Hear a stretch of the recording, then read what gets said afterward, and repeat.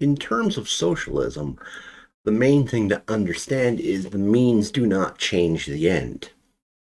Now, one of the things with a lot of the early forms of socialism, uh, as I mentioned previously, there were varying views on property, varying views on money, varying views on how the socialistic form of control would be implemented. However, none of the pre Marxian systems ever discussed a point where they would say, this is as far as we go. Here's the line where it stops. They had different, like, for instance, some of them were more interested in various land reform or redistribution of land from big landholders to people who were landless or had little.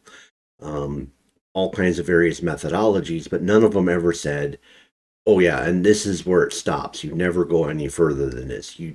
There's no inclination that there is a place where socialism stops. There's just a place where it's initially defined and what its starting points are. Now, Marx changed this by coming up with a methodology. His methodology believed that there must be revolution or civil war. It must be exceedingly violent. This would be followed by the dictatorship of the proletariat.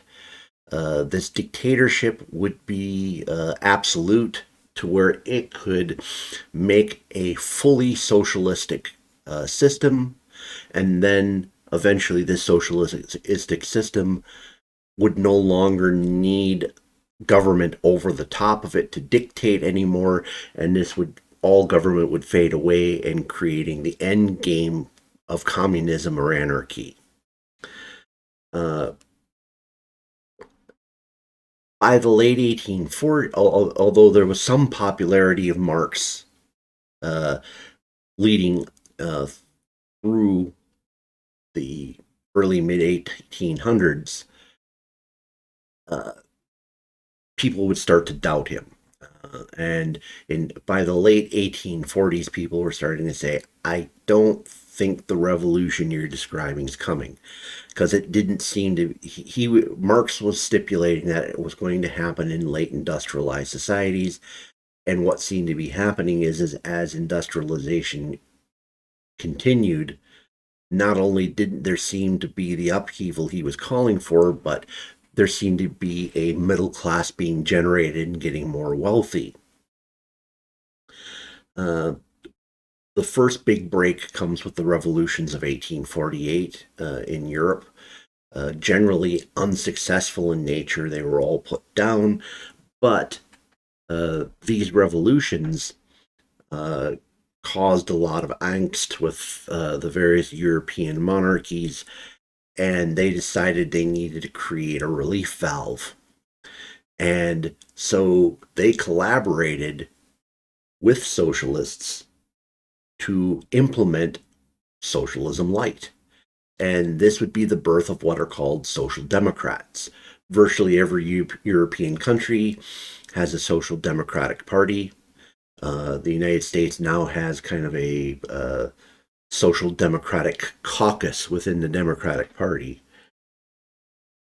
And social democrats generally looked at the idea that they would favor the electoral process over revolution and take gradual change over instant change.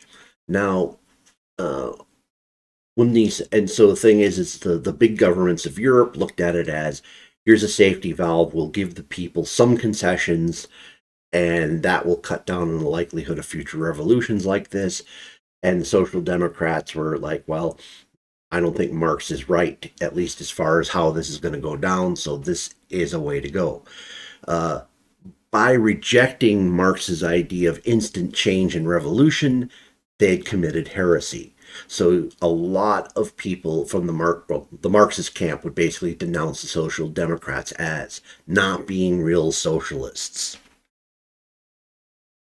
Now, one of the interesting things to do, because Social Democrats because they haven't implemented violent revolution, people give them a lot of kudos for what they've done.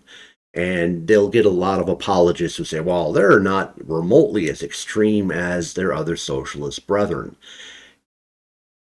So the question you should ask a democratic socialist is the similar question I asked at the beginning of this: where's the line you draw that socialism goes no further?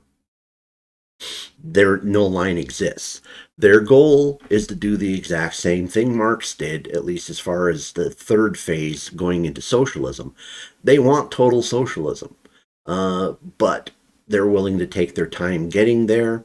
And if certain things are going to take certain portions of it are going to take a very long time, they're content to deal with the time. But you'll never get a social democrat to say, oh, well, here's the one area that socialism has no place in.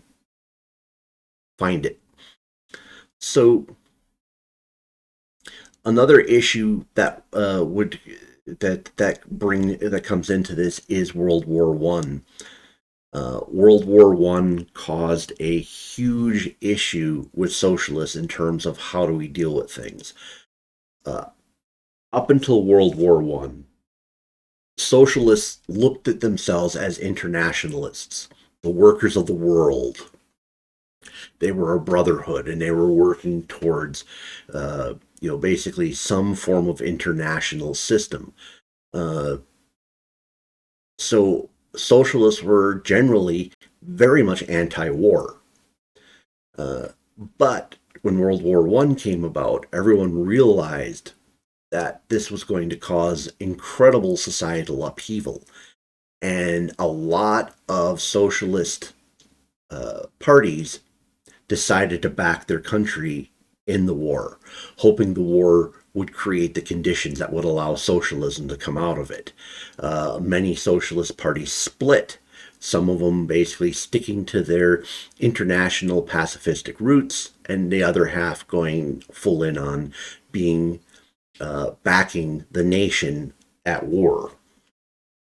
But this creates more factions that have doubts about Marx's eventual proclamation of how things would work.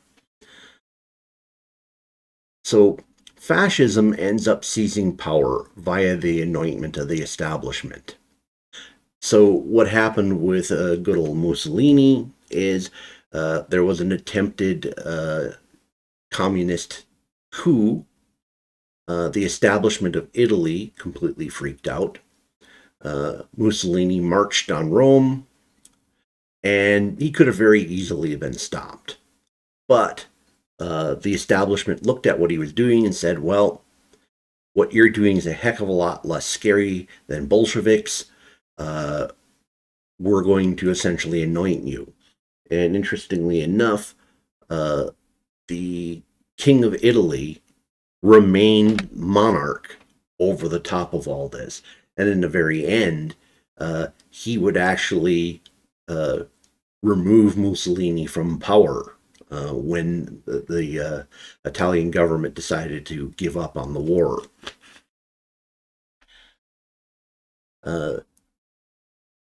So fascism created a social form of socialism that was moving far faster than what social democrats were doing, but much slower than Marxism. Part of it was that they had seen what the Russian Revolution did, and they realized that that wasn't a functional way of doing things.